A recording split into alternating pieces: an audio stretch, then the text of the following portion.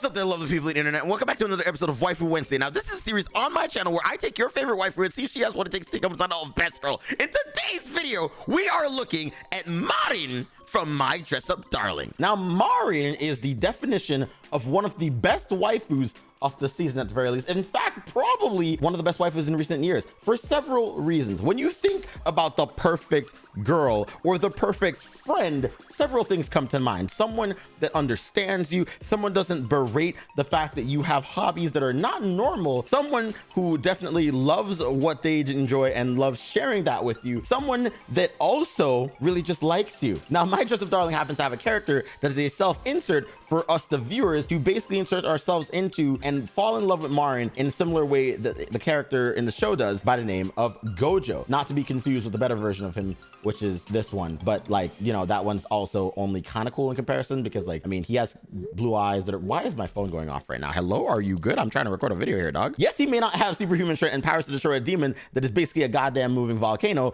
but what he does have in place of that is actual dignity and charm. He is the embodiment of wholesomeness. One of the biggest appeals to the character Marin is the fact that she loves cosplay. She can be any of your waifus that you want, and she definitely enjoys it to a degree that is technically and quite literally insane. Marin will literally go to the ends of the earth to make sure that she perfects the waifus that she is cosplaying. And by that, I mean, she uses Gojo, which makes her a character that I can fall in love with because I just like being used. Half of my ex-girlfriends did that. While she does go ahead and she uses Gojo to an extent that is honestly criminal and quite in tune with slave labor, I would say that at the same time, she cares about him and doesn't want him working himself to the bone, especially when he just over fatigues himself trying to make her happy. Really, now that I think about it, the more I talk about Marin, I realize I can't really talk about Marin without recognizing that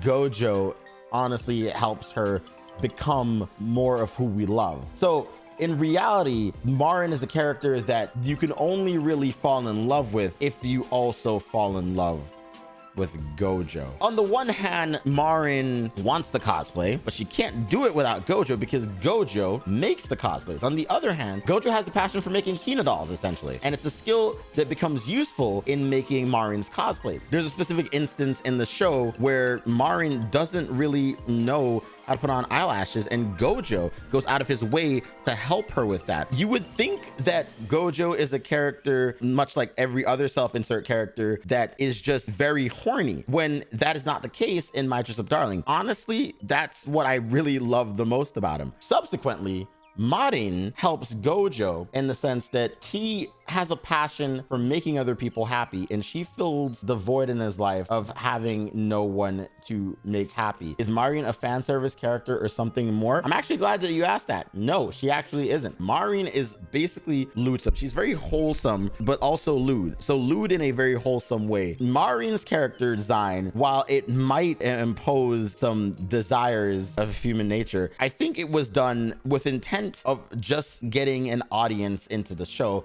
but it wasn't the full intent for the viewers to just focus on her character as a symbol or an icon. Instead, I think it was to showcase that she was proud of who she was. Marin is basically confident. That honestly is a quality that you don't quite often see in characters in shows like this. Sure, she has her few insecurities, but they're insecurities about feelings instead of insecurities about looks. One major aspect that I loved about one of the episodes was when Gojo had to create this skimpy looking, bathing suit looking costume for her. And instead of the show focusing in on the fact that it was just insanely lewd and it was making him horny, instead it focused on the fact that he was a bit uncomfortable seeing her like that because he didn't want to think of her that way because it made him lose focus on the work. Wait, so all this drama was just you getting embarrassed thinking of my underboob? To which she then in tune said, I can send you a picture of me wearing it. Does their relationship develop? Yes, it definitely does. On the surface level, I would say that these characters are definitely friends, but they definitely have more feelings for each other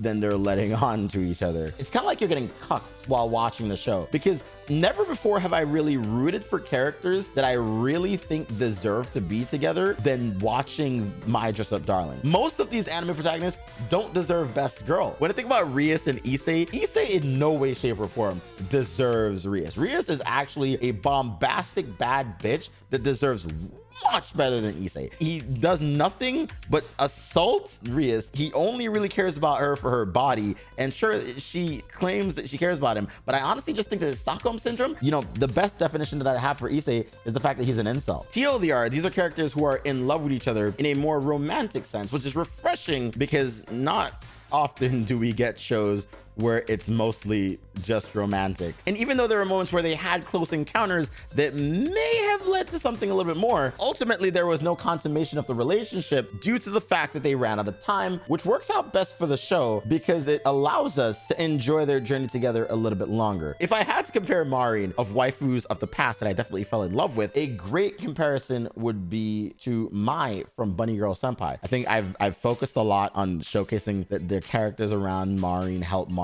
to be as great as she is, but I don't know if I focused on what Marin does herself to make her as good as she is. And that might be a flaw of the character itself. Is Marin good enough to stand on her own? And when I really think about it, I don't think she is. I usually give the characters ratings towards the end of the videos, and so far I'm not thinking that she's gonna get a very high one considering that fact. We have seen Marin watching anime. We have seen her love for the one anime in the show, which by the way, for whatever reason, has more detail about it than the actual Dress Up Darling show itself. They created an in-universe anime that has more lore than the anime with the in-universe anime. And I think that's really cool. I think it's okay when characters don't really stand on their own because it's human nature sometimes to require the support of someone else to showcase your full potential. As humans, we were kind of put here not to be creatures that venture out and do things alone. And